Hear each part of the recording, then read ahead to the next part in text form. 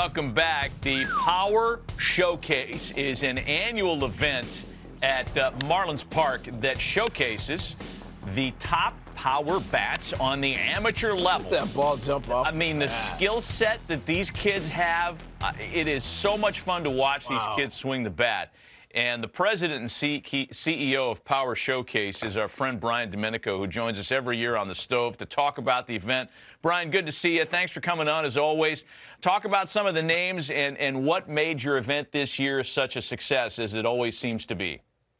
Well, first of all, thanks for having me on again. And you know, it's a lot of fun to build that platform and have these guys come out. And a lot of these players you're going to see were guys that were returning from last year or even 2 years ago. And when you compete on a stage like this, at least like the first year, you know, a lot of things go through your system. You know what I mean? So you're trying to make adjustments, and sometimes these lights are awfully bright and they can kind of swallow a player up. But I think those are the best moments, you know, to kind of learn, reevaluate, and then come back the next year. Because again, a lot of these players, when we get a chance to see some of the video of these guys, I can kind of give the backstory to these guys, and I think you guys will be really impressed. Well, looking forward to it, no doubt. We'll get the video here in a second. Once they roll it, you just take over. But I tell you what age are we starting at now? I mean, these balls are flying out of here like they look like grown men. Hey, truly the most impressive player we had was a 6'5" power hitting lefty from Missouri named Caden Bogenpole, who was our featured world champion. I mean, he's 6'5", he's a 6'7" runner, throws 94, 95 from the outfield, and that projectable frame can easily hold another 15 to 20 pounds. And it reminds me a lot of Corey Seager. Back on April 29th on the MLB Network, you were talking about how like the vocabulary of bat speed has left everybody, and it's all about launch angle, distance. It's 503 feet this kid hits the ball. Right, exit velocity. And you were talking about bat speed and Andrew McCutchen and Vladimir Guerrero and Ricky Weeks and all that stuff. So it kind of light bulb went off, and I said, you know what? There's another really good device out there that's blast motion that gets bat speed, rotational acceleration. So I reached out to them, and they brought in one of their engineers, a guy named Todd Friedman. So we added that aspect to the event. And here's some interesting stats. There's a guy named Clayton Campadilli that you're going to see here, where the top reading by a major leaguer was bat speed of 90 miles an hour. Campadilli was 88.1. Now, he hits this ball completely out of the stadium at 114 miles an hour.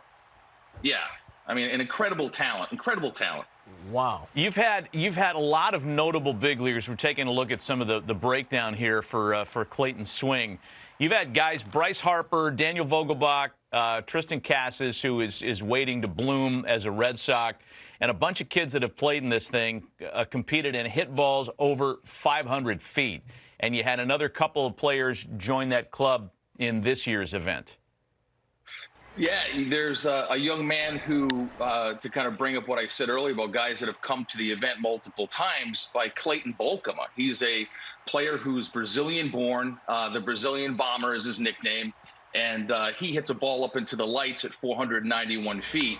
And here he is. Oh, my gosh. Look at this dude. He's Prince Fielder. And listen, yeah, he's a cross between, if you think about it, Josh Naylor, who's with the Cleveland Guardians, was also a Power Showcase world champion. Daniel Vogelbach was a Power Showcase world champion. And I think you sprinkle a little move on in there, you've got Bolkema, but he's only an underclassman. So he'll be back. He'll be back. How old is he then as an underclassman? What age does that put him at? I think he's about 17 years old. He's got one more year to go. Yeah. One more year to go. He's going to wipe out a catcher with that backswing. I mean, wow, that is really fun to watch. So I was going to say, Brian, we're seeing Matt named a bunch of players have gone on to be major leaguers or are on their way. So it's not just a bunch of kids hitting homers. You actually got pretty good baseball players competing in this. Yeah, I mean, the event has really evolved from like 2008, where I had one player, the top power hitter from each of the 50 United States. And then the next year was when Harper came and the Yankees got involved and hosted Scout Day. And then the players wanted to play games. So it really encompasses everything that you want as a player. I mean, players want to be in a major league stadium. They want major access. They want limited numbers. You go to some showcases and there's 350 players. At my event, there's 40 per age group, and they got all the major league teams. They got the dinner, they have the derby, they play the game. And I think the ones that start to come in at a much earlier age, it really does help enhance their baseball DNA, their overall baseball DNA. Impressive. Brian Domenico of the Power Showcase spending some time with us this morning to talk about the most recent running of his terrific event.